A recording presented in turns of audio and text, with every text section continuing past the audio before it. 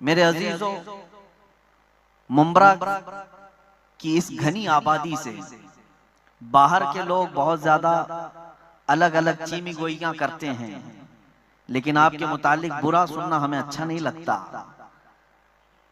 मुंब्रा की इस घनी आबादी के लिए कोई गलत नामों से तुम्हें याद करे, इससे बेहतर है कि अब हम अपनी जिंदगी का पहिया बदलते हैं और फिर ये अहद करते हैं कि अब अगर कोई उंगली उठाएगा या फिर कहीं कोई तज़किरा आएगा कि नबी पाक सल्लल्लाहु अलैहि वसल्लम के कदमों पर निछावर होने वाली जमात सबसे ज्यादा कहाँ होती है, तो हर एक की जुबान पर मुंब्रा का नाम आ जाए, वो माहौल हम ला सकते हैं। अजीज़ान गिरामी वक़ार, आज जश्न गौसे आज़म है। मैंने एक आयत तिलावत की है, हमारे अकीदे भी संवर जाएंगे, बहुत सारी गुत्थियां भी सुलझ जाएंगी। रब ताला फरमाता इन्नमा वलियुकुमुल्लाहु व रसूलुहु वल्लज़ीना आमनू। वली किसको कहते हैं? वली के दो माने हैं, एक दोस्त के और एक मददगार के। दोस्त भी है और मददगार भी है। और अल्लाह ताला फरमाता है क्या लोगों, तुम्हारा मददगार, याद रखिए, तुम्हारा मददगार अल्लाह है और उसका रसूल है। इन्नमा वलियुकुमुल्लाहु व रसूलुहु वल्लज़ीना आमनू, और ईमान वाले तुम्हारे मददगार हैं। तीन लोगों का जिक्र आया मदद करने वालों में, अल्लाह का, रसूल का और ईमान वालों का। पता ये चला कि अल्लाह मदद करता है हकीकत में, और उसकी अता से रसूल भी मदद करते हैं, औलिया भी मदद करते हैं। ये कुरान से साबित है, वरना तुम्हें इस कुरान की आयत का माना बताना पड़ेगा कि यहाँ वली का लफ्ज क्यों आया रसूल के लिए। उन लोग अपने अकीदे को संभाल लें और दुरुस्त कर लें जिनका ये कहना है कि रसूल पाक सल्लल्लाहु ताला अलैहि वसल्लम आजिज व मजबूर है, कुछ नहीं कर सकते। नाउजुबिल्लाह, वो मालिक व मुख्तार हैं। तुम्हारे अकीदे के मुताबिक आजिज व मजबूर नहीं, कुरान के अकीदे के मुताबिक कुरान कहता है वो मददगार हैं, मोमिनों के मददगार हैं। बल्कि हम तो ये कहते हैं नबी मुख्तार कुल हैं, जिसे जो चाहे अता करते हैं। अजीज़ान गिरामी वक़ार, हुजूर पाक सल्लल्लाहु ताला अलैहि वसल्लम को मददगार कहा गया है कुरान पाक में, और इसलिए मोमिनों को मैं आज ये मुखातिब करके जरूर कहूंगा, जो लोग तुम्हें नबी पाक सल्लल्लाहु अलैहि वसल्लम से बेगाना करने के लिए ये बातें गढ़ते हैं कि अब उनसे कुछ नहीं हो सकता, वो तुम्हारी मदद नहीं कर सकते। अजीज़ान गिरामी, सैयदना अबू अय्यूब अंसारी रदियल्लाहु ताला अन्हु का नाम सुना होगा। ये मेजबान रसूल हैं मदीना तैयबा में। हुजूर पाक की वफात के बाद, 1-2 साल के बाद की बात नहीं कर रहा हूं, तकरीबन 50 साल के बाद, नबी पाक सल्लल्लाहु ताला अलैहि वसल्लम की वफात के तकरीबन 40 साल के बाद या 50 साल के बाद हजरत अबू अय्यूब अंसारी रदियल्लाहु ताला अन्हु हुजूर पाक सल्लल्लाहु ताला अलैहि वसल्लम के हुजरे में दाखिल होते थे और नबी पाक सल्लल्लाहु अलैहि वसल्लम की कब्र अनवर पर सर रखते थे और वहां मदद तलब करते। एक बार उस वक्त का हाकिम था मरवान, वो आया और पीछे से उसे अंदाजा नहीं था, वो सोचा कोई देहाती शख्स होगा, कोई आम बूढ़ा आदमी होगा। दामन पकड़ करके उठाया, कहा कौन है, यहाँ क्या कर रहा है? तो उन्होंने एक लफ्ज कहा, हजरत अबू अय्यूब अंसारी, और वही अकीदा अल्हम्दुलिल्लाह बरेलवियों का है।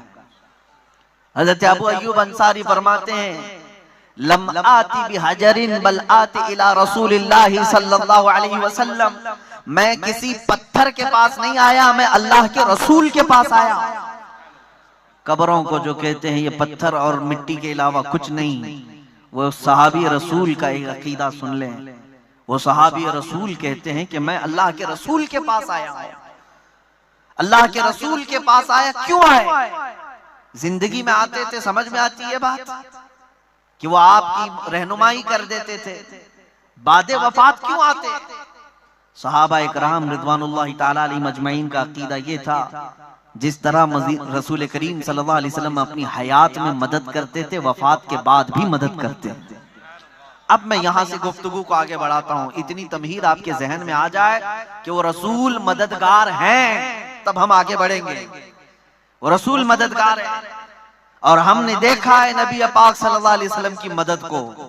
अजीज़ान गिरामी वक़ार, आज भी आशिकों के यहाँ वो तशरीफ लाते हैं। अगर ना होता ऐसा तो कोई पुकार करके यूं नहीं कहता, सुना है आप हर आशिक के घर तशरीफ लाते हैं, मेरे घर में भी हो जाए चिरागा या रसूल अल्लाह। तमन्ना करने वाले पागल नहीं हैं। तमन्ना करने वाले यूं नहीं कहते मेरे आका आओ कि मुद्दत हुई है, तेरी राह में अखियां बिछाते बिछाते, तेरी यादों में तेरी हसरतों में बड़े दिन हो गए घर को सजाते सजाते। तमन्ना करने वाले यूं ही नहीं कहते वो नबी पाक सल्लल्लाहु अलैहि वसल्लम मददगार हैं, इसलिए उलमाए वक्त ने भी ये कहा है। बल्कि हम तो ये कहते हैं जलसों में, मेरी तो आदत है, मैं ये कहता हूँ वो आएंगे, आते होंगे, अभी आएंगे, यही सोच के हमने महफिल को सजा रखा। हम उनकी मदद के मुंतजिर हैं। अजीज़ान गिरामी वक़ार, कुरान कहता है वो रसूल तुम्हारे मददगार हैं। ऐ लोगों तुम्हारे मददगार हैं। 22वें पारे की आयत में अल्लाह ताला फरमाता अन्नबिय्यु औला बिल मुमिनीना मिन अनफुसिहिम, नबी तो मोमिनों से उनकी जान से ज्यादा करीब है। नबी मोमिनों से उनकी जान से ज्यादा करीब है। फिर मेरे अजीजों, ये सवाल ही नहीं बनता जो कहते हैं यहां से तुम पुकारोगे वो मदीने में है। कुरान कह रहा है वो तुम्हारी जानों से ज्यादा करीब है, वो जानों से ज्यादा करीब है। हम यहां से पुकारे वो वहां से सुने, मुस्तफा की समाअत पे लाखों सलाम। अजीज़ान गिरामी, नबी पाक सल्लल्लाहु ताला अलैहि वसल्लम के मददगार होने की बात मैं आपको बताता हूं। जिंदगी में सहाबा इकराम ने तो कहा, कुरान कहता है अजीजुन अलैहि मा अनित्तुम हरीसुन अलैकुम बिल मुमिनीना रऊफुर रहीम। क्या कहता है? तुम्हारे पास ऐसा रसूल आया, लक़द जाअकुम रसूलुम मिन अनफुसिकुम, तुम्हारे पास ऐसा रसूल आया जिसको तुम्हारा तकलीफ में पड़ना गवारा ही नहीं होता। उस रसूल की एक आदत है कि तुमको तकलीफ में वो नहीं देख सकता। अजीजुन अलैहि मा अनित्तुम, तुम्हें तकलीफ में देखकर वो बर्दाश्त नहीं करता। हरीसुन अलैकुम बिल मुमिनीन, दूसरी सिफत उस रसूल की यह है कि वो सबसे ज्यादा अगर किसी बात की तलब रखता है तो सिर्फ तुम्हारे ईमान की। रऊफुर रहीम, निहायत नरम दिल और शफकत करने वाला रसूल तुम्हारे पास आया है। ऐसा नरम दिल और ऐसा शफकत करने वाला और ऐसी मदद करने वाला। मुझे हैरत होती है उन जालिमों पर जो आज नबी पाक सल्लल्लाहु ताला अलैहि वसल्लम की मदद का भी इनकार कर बैठे हैं। इसी को तो आला हज़रत इमाम अहले सुन्नत फाजिल बरेलवी रहमतुल्लाह ताला अलैह ने फरमाया, और तुम पर मेरे आका की इनायत न सही, नजदियो कलमा पढ़ाने का भी एहसान गया। आज ले उनकी पनाह, आज मदद मांग उनसे, आज ले उनकी पनाह, आज मदद मांग उनसे। कल न मानेंगे कयामत में अगर मान गया। उनके मुतालिक तुम ये कहते हो कि मदद नहीं कर सकते। आओ मैं तुम्हें हदीस रसूल अर्ज करता हूं। मस्जिद नबवी शरीफ का मिंबर है। अल्लाह के हबीब सल्लल्लाहु अलैहि वसल्लम खुतबा देते थे, पहले तो असा लेते थे, आपके हाथ में एक लकड़ी हुआ करती। फिर जब मिंबर बन गया तो नबी पाक सल्लल्लाहु अलैहि वसल्लम ने उस लकड़ी को छोड़ दिया, उस असा को मस्जिद के बाहर छोड़ दिया। रिवायत ये है कि जिस दिन नबी पाक सल्लल्लाहु अलैहि वसल्लम उस लकड़ी को लिए बगैर मिंबर पर खड़े हुए, मस्जिद में बच्चे के रोने की जैसी आवाजें आने लगी। सहाबा कहते हैं कि हम आवाजें तो सुन रहे थे, कौन रो रहा था ये पता नहीं, लेकिन नबी पाक सल्लल्लाहु अलैहि वसल्लम जो मालिके कुल भी हैं और तमाम आलम के लिए रहमत बनाकर भेजे गए, मिंबर से उतरने लगे। मिंबर से उतर करके दरवाजे तक आए और वहां जो पड़ी हुई लकड़ी थी उसको जैसे ही उठाया, रोने की आवाज बंद हो गई। पता चला कि लकड़ी रो रही थी, लकड़ी के रोने की आवाज थी। नबी मुकर्रम सल्लल्लाहु अलैहि वसल्लम ने उसको अपने सीने से लगाया, अपने कानों से लगाया, फिर वापस खुतबे के लिए तशरीफ लाए। सहाबा ने पूछा, या रसूल अल्लाह सल्लल्लाहु अलैहि वसल्लम ये क्या बात थी? अल्लाह के हबीब सल्लल्लाहु अलैहि वसल्लम इरशाद फरमाते हैं, इस लकड़ी को जब मैं हाथ में रखता था ये फख्र किया करती थी, और जब मैंने आज इसको छोड़ दिया मेरी जुदाई के गम में वो रोने लगी, और उसका रोना मुझे देखा ना गया। मैं खुतबा छोड़ करके उतर आया और फिर जब उसको आकर अपने हाथों में उठा लिया, फिर उस लकड़ी ने रोना बंद कर दिया। अज़ीज़ान गिरामी वक़ार, नबी मुकर्रम सल्लल्लाहु तआला अलैहि वसल्लम की जुदाई में अगर एक लकड़ी रोए, वो रसूल पाक को गवारा नहीं होता। वो मिंबर मदीने का छोड़कर उतर जाते हैं। तुम उम्मती हो, तुम मुस्तफा करीम सल्लल्लाहु अलैहि वसल्लम की जुदाई में अगर रो तो क्या ये बात मुमकिन नहीं है कि वो नबी मुकर्रम सल्लल्लाहु अलैहि वसल्लम उसी तरह आज भी हमारे घर तशरीफ ला सकते हैं जिस तरह शरफुद्दीन बुसीरी ने अपने हुजरे में लकवा और फालिज की बीमारी में पुकारा था, अमिन तदक्कुरी जीरानी बिदी सलामी मज़ज्त दमअन जरा मिन मुक़लतिन बिदमी अम हब्बति रिउ मिन तिलक़ाई काज़िमतिन व औमदल बरक़ु फ़ी ज़लमाइ मिन इज़मी फमा लिअयनैका इन क़ुल्त फ़ुफ़ाहमता व मा लिक़ल्बिका इन क़ुल्त तस्तफ़िक़ यहिमी अयहसबु सब्बु अन्नल हुब्ब मुनकतिमुन मा बैन मुनसजिमिन मिन्हु व मुद्दरिमी मुहम्मदुन सय्यिदुल कौनैनि वत्थक़लैनि वल फ़रीक़ैनि मिन अरबि व मिन अजमी या अक्रमल ख़ल्क़ि माली मन अलूज़ु बिही सिवाका इंद हुलूलिल हादिसिल अममी वलन यदीक़ रसूलल्लाहि जाहु कभी इज़ल करीम तजल्ला बिस्मि मुंतक़िमी फ़इन्न मिन जूदिका दुनिया व ज़र्रतहा व मिन उलूमिका इल्मल लौहि वल क़लमी या रब्बी बिल मुस्तफ़ा बल्लिग़ मक़ासिदना वग़फ़िर लना मा मज़ा या वासिअल करमी। एक उम्मती ने अस्कंदरिया की सरजमीन से, मिस्र की सरजमीन से, अपने फालिज के जमाने में, लखवे के जमाने में जब हकीमों ने लाइलाज कह दिया था, हाथ पैर उठ नहीं पाते थे, रो करके पुकारा था कसीदे में, है हबीब सलम की रोने की आवाज को सुनने वाले नबी पाक के बारे में कहा, मखलूक में सबसे ज्यादा इज्जत वाले, सबसे ज्यादा अशरफ, आज मेरे पास तुम्हारे अलावा कौन है जिसको मैं आवाज दूं। ये कहते कहते जब शरफुद्दीन बोसीरी सो गए, वो मुस्तफा करीम अपने मदीने से चल करके बोसीरी के ख्वाब में तशरीफ लाए। सिर्फ आए नहीं, अपने हाथ से उनके जिस्म पर मसा किया और उनको अपनी चादर भी इनायत की। और जब वो सुबह बेदार हुए, शरफुद्दीन बोसीरी कहते हैं, न मेरे जिस्म में लकवा था, न मेरे जिस्म में फालिज था, कुछ नहीं था। और जब मैं सीधा खड़ा हुआ तो मैं देखता हूँ मेरे बिस्तर पर रात में दी हुई चादर भी मौजूद थी। इतना वो अता करने में सखी हैं जिसको शायर ने कहा था, इतना दिया सरकार ने मुझको जितनी मेरी औकात नहीं, ये तो उनका करम है वरना मुझ में तो ऐसी बात नहीं। मेरे करीम से घर कतरा किसी ने मांगा, दरिया बहा दिए हैं, दुर्बे बहा दिए हैं, वाह क्या जूदो करम है, शहे बता तेरा नहीं सुनता ही नहीं, मांगने वाला तेरा। उस रसूल करीम सल्लल्लाहु तआला अलैहि वसल्लम को कुरान ने जब मददगार कहा है, हर आशिक रसूल उन्हें आज भी मददगार समझता है। मैं एक वाकया पढ़ता हूँ, मेरे दिल में बड़ी तसल्ली होती है और सीना मजबूत हो जाता है। सैयदना इमाम अहमद बिन हम्बल, चार इमामों में से बहुत बड़े इमाम हैं, उस मुहद्दिस का नाम मैं अर्ज कर रहा हूँ जिनको 5 लाख हदीसें याद थी, 5 लाख हदीसों के हाफिज इमाम अहमद बिन हम्बल, लेकिन हालात के शिकार हो गए। वक्त के सालिमों ने उनके साथ बहुत बुरा बर्ताव किया है। इमाम अहमद बिन हम्बल को वक्त के खलीफा ने गिरफ्तार करके नंगी पीठ पर कोड़े मारे थे, एक हक फतवा देने की वजह से, शरीयत ताहिरा का ऐलान करने की वजह से। हर जमाने में आजमाइशें होती रही हैं, सतीजा कार रहा है अजल से ता इमरोज, शरारे बुलहबी से चरागे मुस्तफी, हमेशा ये रहा है।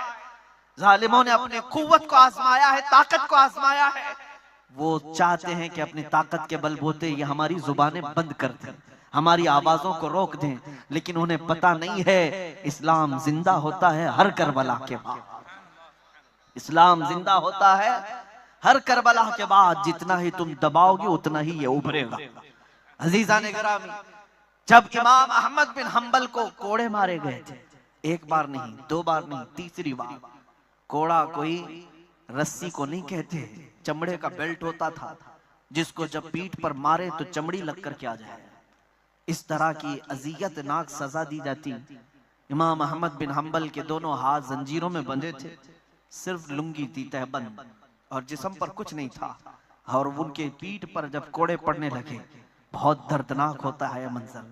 मेरे अजीजों, कहना आसान है, बर्दाश्त करना बहुत बहुत सख्त है।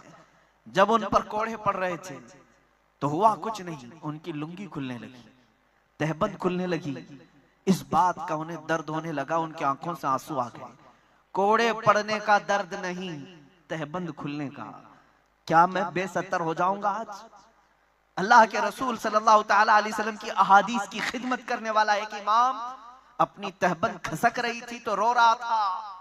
मुझे हैरत होती, वो नौजवान क़यामत के दिन क्या जवाब देंगे जो आज बगैर किसी के सख्तियों के अपने कपड़े फाड़ फाड़ कर पहनते हैं, अपने सतर दिखा दिखा करके घूमते हैं। वो क्या जवाब देंगे बारगाह इलाही? तुम्हें आज किसी ने सख्ती की है कि इस तरह के कपड़े पहनो कि तुम्हारी रान भी नजर आने लगे, तुम्हारा जिस्म नुमाइश का इस कदर जो शौक जाहिर करते हो? मेरे अजीजों, बड़ी पकड़ है इसकी, सख्त तरीन पकड़ है। उस इमाम अहमद बिन हम्बल को सोचो, जिनकी तहबंद सिर्फ नाफ से नीचे आने लगी तो रोने लग गए कि मेरी तहबंद नीचे आ रही है। थोड़ी ही देर के बाद उनकी आंखों से आंसू निकले कि मौला, यहाँ कौन मददगार है? यहाँ कौन मददगार है?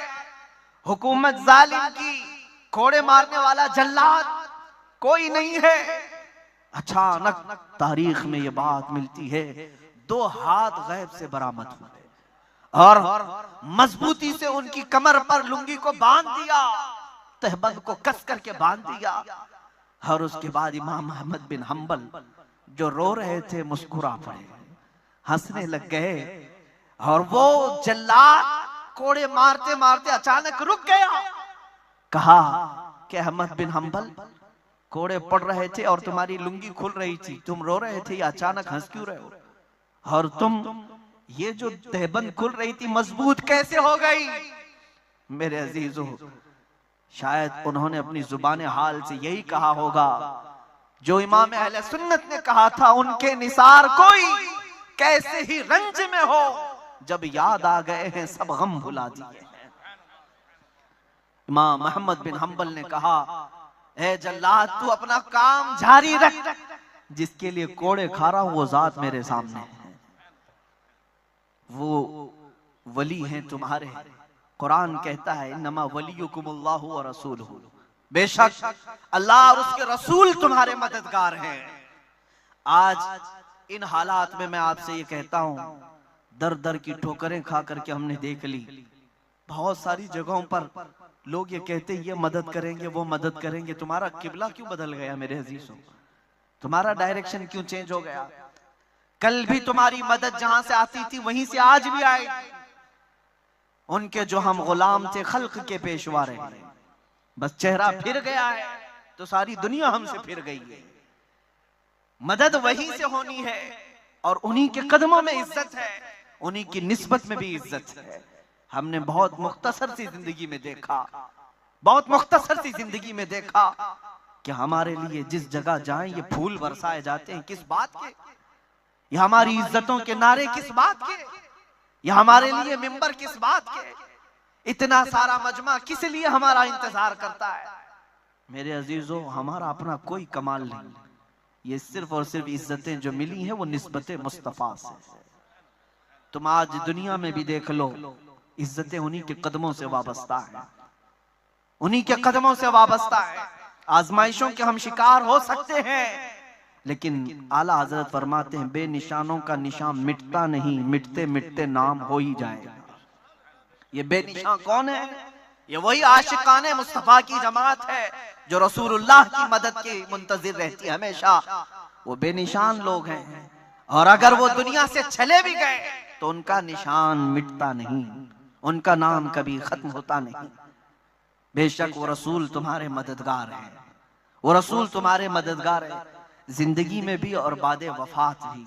अजीजान गिरामी वक़ार, बुखारी शरीफ की हदीस, बुखारी इमाम बुखारी ने जो रिवायत की, एक सहाबी रसूल है, वो कहते हैं मेरे पैर में सूजन हो गई थी, बहुत सूजन हो गई थी। उन्होंने दूसरे सहाबी से अर्ज किया कि मैं क्या करूं, पैर में फोड़ी हो गई या सूजन हो गई? तो उस दूसरे सहाबी ने कहा, तुम जिससे सबसे ज्यादा मोहब्बत करते हो उसको पुकारो। ये भी कोई इलाज है? सहाबा के दरमियान इलाज था। और रिवायत में मौजूद है, उस सहाबी ने जिनके पैर में दर्द था फौरन कहा, वाह मोहम्मदा। ये लफ्ज अरबी में मदद के लिए पुकारा जाता है। या रसूल अल्लाह हम मदद को आ जाए। 2 मरतबा का लफ्ज मौजूद है हदीस में। उस सहाबी ने कहा मैंने 2 मरतबा पुकारा था, मेरे पैर का वर्म और सूजन ही खत्म हो गई थी। मददगार है रसूल तुम्हारे। और यह अकीदा कोई नया गढ़ा हुआ नहीं, मैं तुम्हारे सामने हदीसें रख रहा हूं, कुरान की आयत रख रहा हूं। अजीजान गिरामी, इसलिए हम औलिया कराम की के दरबारों में जाते हैं और गौसे आजम को अल मदद या शेख अब्दुल कादिर जिलानी कहते हैं, इसलिए कि कुरान कहता है ईमान वाले तुम्हारे मददगार हैं। तो अल्लाह के वली क्यों नहीं मददगार है? वो मददगार हैं जिंदगी में भी और बाद वफात भी। किसी की समझ में ना आए तो हमारा वो कसूर नहीं है, लेकिन अल्लाह ताला जिसके जहन के दरीचे खोल दे उसे सारी चीजें समझ में आ ही जाती हैं, मदद कहां कहां होती है। अजीजा ने गिरामी, नबी अकरम सल्लल्लाहु ताला अलैहि वसल्लम की जात की तरफ मुतवज्जो हो जाएं। मैं अपनी गुफ्तगू हमेशा इसी उन्वान पर करता हूं और समेटता भी वही हूं, लेकिन चूंकि आज जश्न गौस आजम है और आपने सरकार गौसुल आजम दस्तगीर रदी अल्लाह ताला अन्हु के नाम से इस जलसे को मंसूब किया है, तो मैं आपको ये भी बता दूं कि वो कहां कहां मदद करते हैं, वो कहां कहां मदद करते हैं। तुम्हें पता है, मैंने एक मुताले में देखा, आज साइंस की दुनिया जिसको अपना किबला व काबा समझती हो, और साइंसदान, मशहूर साइंसदान आइंस्टाइन, और उसने ये लिखा है कि दुनिया का किनारा ये तो नजर आ जाएगा, लेकिन पूरी कायनात का किनारा कहां है या कायनात में वुसाअत कितनी है, ये पता करने के लिए उसने कहा कि 2 करोड़ नूरी साल लगेंगे। 2 करोड़ नूरी साल। आपको पता है नूरी साल किसको कहते हैं? नूरी साल की रफ्तार अलग है और हमारे ये शब रोज की रफ्तार अलग है। हम सुबह सूरज निकलने पर और शाम को डूबने पर एक दिन शुमार करते हैं, नूरी साल में ये नहीं। नूरी साल में 1 मिनट में 80 लाख किलोमीटर का सफर हो सकता है, 1 मिनट में। इस तरह के 2 करोड़ साल लग जाएं कायनात की वुसअत को पहचानने के लिए। ये जो साइंस की दुनिया में रहते हैं और सुबह शाम उनकी उसी लेबोरेटरी में होती है, उनकी बात मैं कर रहा हूं। 2 करोड़ नूरी साल उन्हें लग जाएंगे। शहींशाह बगदाद ये कहते हैं, नजर तो इला बिलादिल्लाहि जमअन का खरदलतिन अला हुक्म इत्तिसाली। मैं पूरी कायनात को, अल्लाह के शहरों को ऐसे देखता हूं जैसे अपने हथेली में राई के दाने को देखता हूं।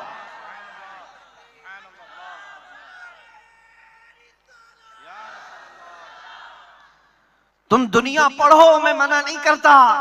तुम हमेशा साइंस को लेकर के अगर करामात से कंपेयर करना चाहो तो बहुत पीछे रह जाओगे। जिनको मेरे नबी का घोड़ा ना समझ में आए, जिनको रसूल पाक का बुराक ना समझ में आए, उन्हें मेरे मुस्तफा का सफर मेराज क्या समझ सकता है। और उन लोगों को समझाने के लिए गौसे पाक रदी अल्लाह ताला अन्हु की करामतें भी हैं।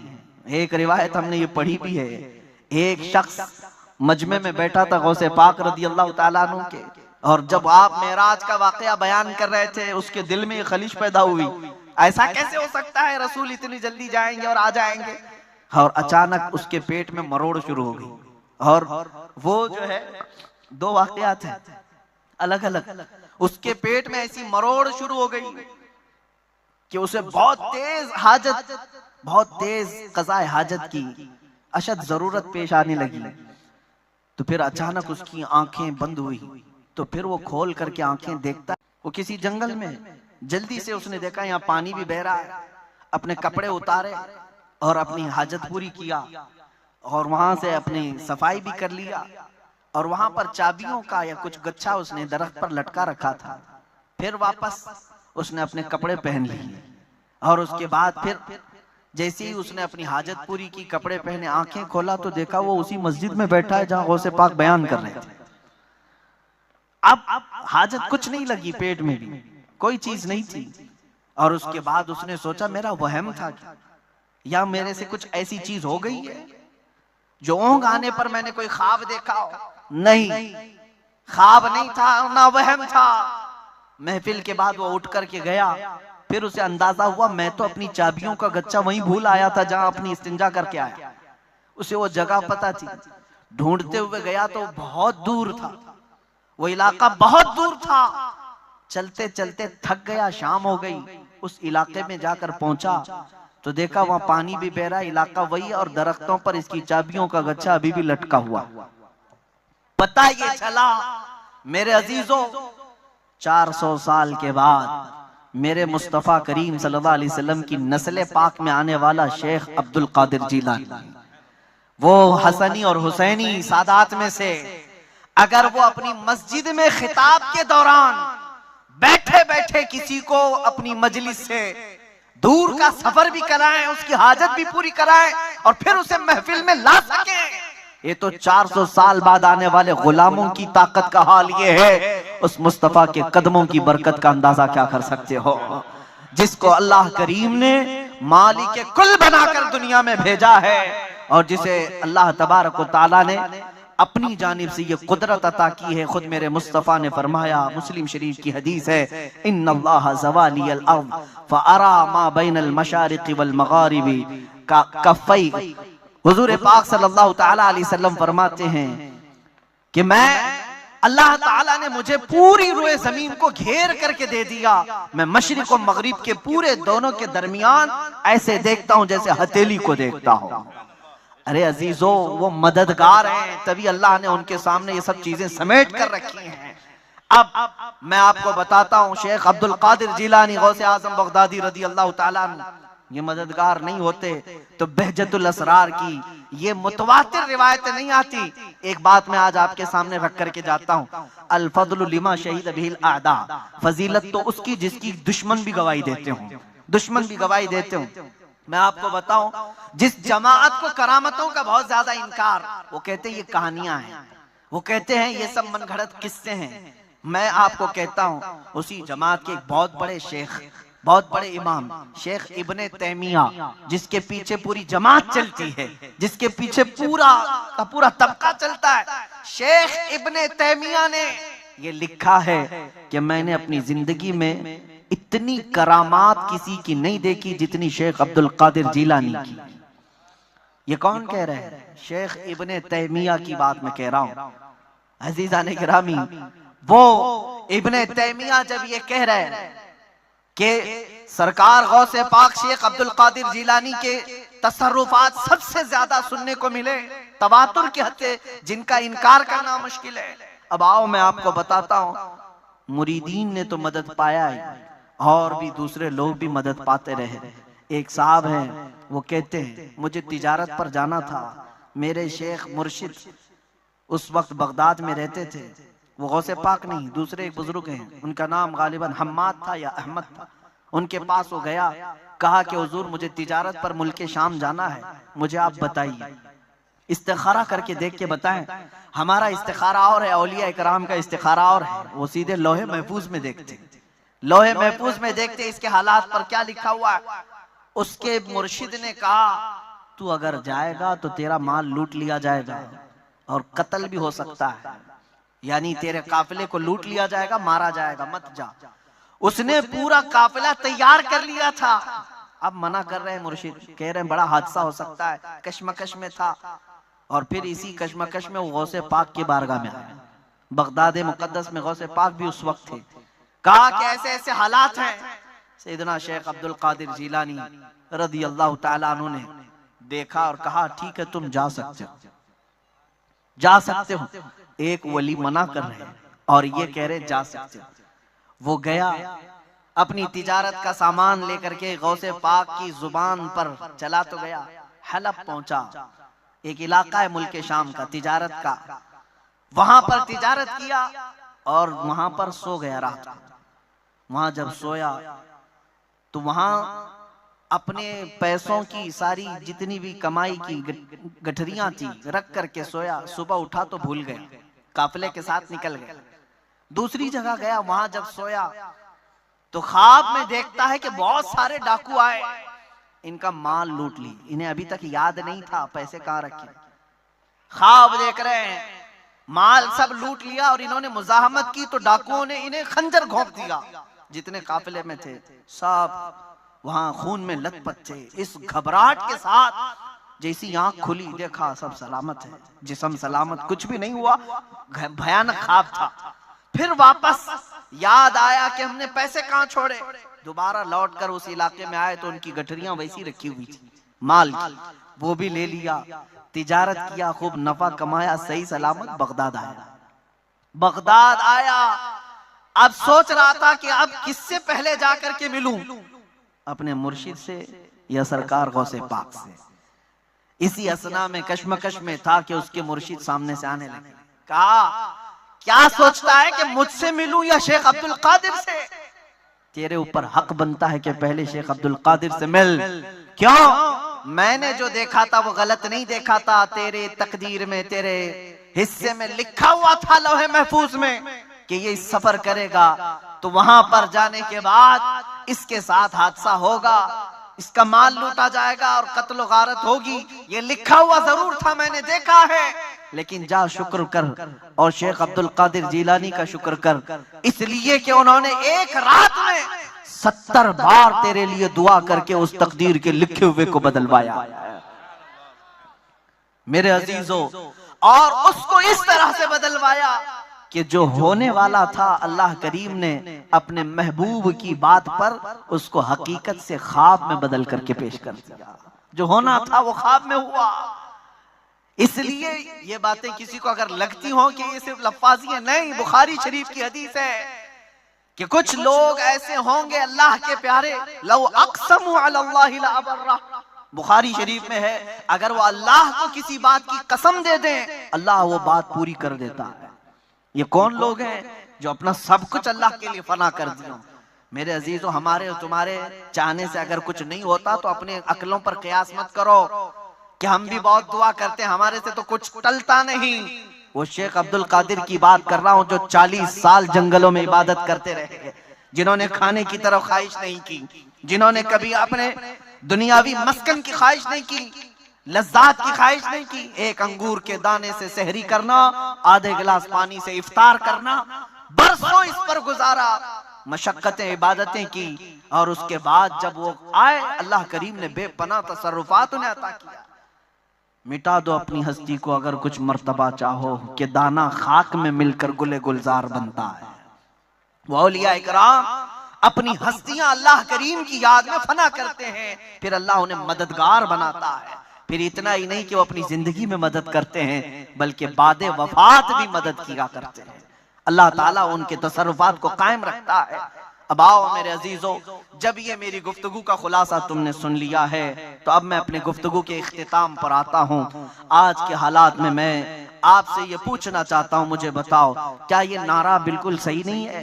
क्या ये नारा बिल्कुल सही नहीं है जो हमारे बुजुर्गों ने हमें दिया था? किसी की जय विजय क्यों पुकारे, क्या गरज हमको?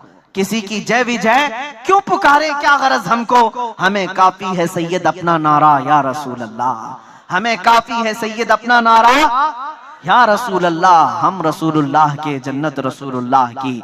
और जो भौंकते हैं उन कुत्तों से भी मैं कहता हूं, तुम्हें मेरे रसूल समझ में नहीं आएंगे। देखनी है हश्र में इज्जत रसूलुल्लाह की। और अजीजान गिरामी, मैं आपसे मुखातिब हूं, मेरे नौजवानों से, कौम के गयूर अफराद से, कि तुम्हें दुनिया ने किस तरह के माहौल में जकड़ दिया है।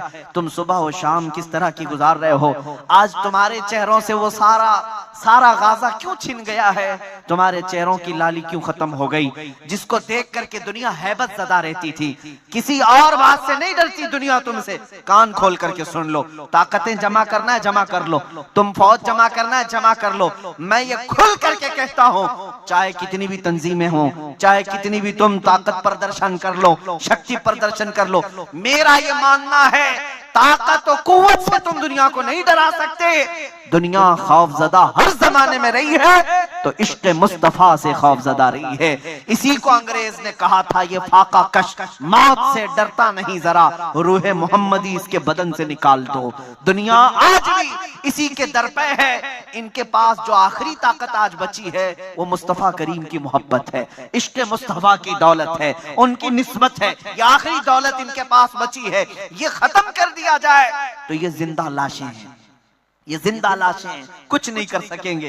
इसलिए मैं इस पर फोकस करता हूं, हर बार मैं इस बात की तरफ तवज्जो दिलाता हूं मेरे अजीज बच्चों को, नौजवानों को। कुछ अभी बिगड़ा नहीं है, कुछ अभी बहुत देर नहीं हुई है, सवेरा है, अंधेरा इतना नहीं हुआ है जितना के लोग हमें कहते हैं। मैं तुम्हें एक बात बता दूं, जो लोग ये रोना रो रहे हैं कि हम बिछड़ गए, ठीक है, उन्होंने हमारे जाहिरी हालात देखे। हाँ, मैं मानता हूं कि नशा बहुत बढ़ गया हम में, और अनएजुकेटेड लोग बहुत ज्यादा हो गए, जिहालत हमारे यहाँ बढ़ गई है, बेहयाइयां बढ़ गई हैं, झगड़े फसादात बढ़ गए हैं, गुंडागर्दियां बढ़ गई हैं, बहुत सारी बुराइयां आ गई। ये ठीक है, मैं मानता हूं हमारे मोहल्ले बिखरे हुए हैं, इख्तिलाफात में हैं, और उसके अलावा ये भी मैं मानता हूं ताकत और कुव्वत में कुछ भी नहीं है, जीरो है। यहाँ तक कि इनका कोई नुमाइंदा नहीं है, और आगे सियासत में भी नहीं, क़यादत में भी नहीं, हुकूमत में भी नहीं। हमारी बात रखने वाले इल्ला माशाअल्लाह दो छंद के अलावा कोई नहीं। फिर ये सब चीजें होने के बाद कभी तुमने सोचा गौर से, कभी तुमने सोचा इतनी कमजोर कौम ही है अगर ये, इतनी कमजोर कौम ही है अगर ये, तो 24 घंटे ये मीडिया चैनलों में बहस का मुद्दा क्यों बनी रहती? अगर ये सबसे बिछड़ी है, सबसे कमजोरी है, कुछ नहीं है इसके पास, तो सारा दज्जाली निजाम हमारे पीछे क्यों पड़ा हुआ? और जिनकी रोटियां चलती नहीं हमारा नाम लिए बगैर, हाँ आपको मालूम होगा, उनका बिजनेस नहीं चलता तुम्हारा नाम लिए बगैर, क्यों ऐसा है? कभी सोचा इस बारे में? मियां, जो बिछड़ी हुई कौम है, जिसके पास एजुकेशन नहीं, हुकूमत नहीं, ताकत नहीं, तंजीम नहीं, सियासत नहीं, कुछ नहीं, इस पर तुम इतने क्यों मुद्दे बनाते हो? सारा का सारा टारगेट तुम्हारे ऊपर क्यों है? कोई चैनल उस वक्त तक ज्यादा चलता नहीं जब तक वो हो तुम्हारी टोपी, दाढ़ी, तुम्हारी अजान, बुरके, तुम्हारी मस्जिद के मीनार, गुंबद और कब्रों के बारे में जब तक बात न करे, नहीं चलता। क्यों? ये सारी चीजों की तरफ कभी तुम सोचते हो? सब खत्म हो गया है तो क्यों तुम हमारी बहस कर रहे हो? मैं भी यही सोचता हूँ, सब हमारे पास नहीं है तो हमारे मुतालिक क्यों इतने बहस करते हो? और पूरी दुनिया को ये कहते हो इनसे डर लगता है, क्यों? दूसरी कौमों को हमारा नाम लेकर के क्यों डराते हो?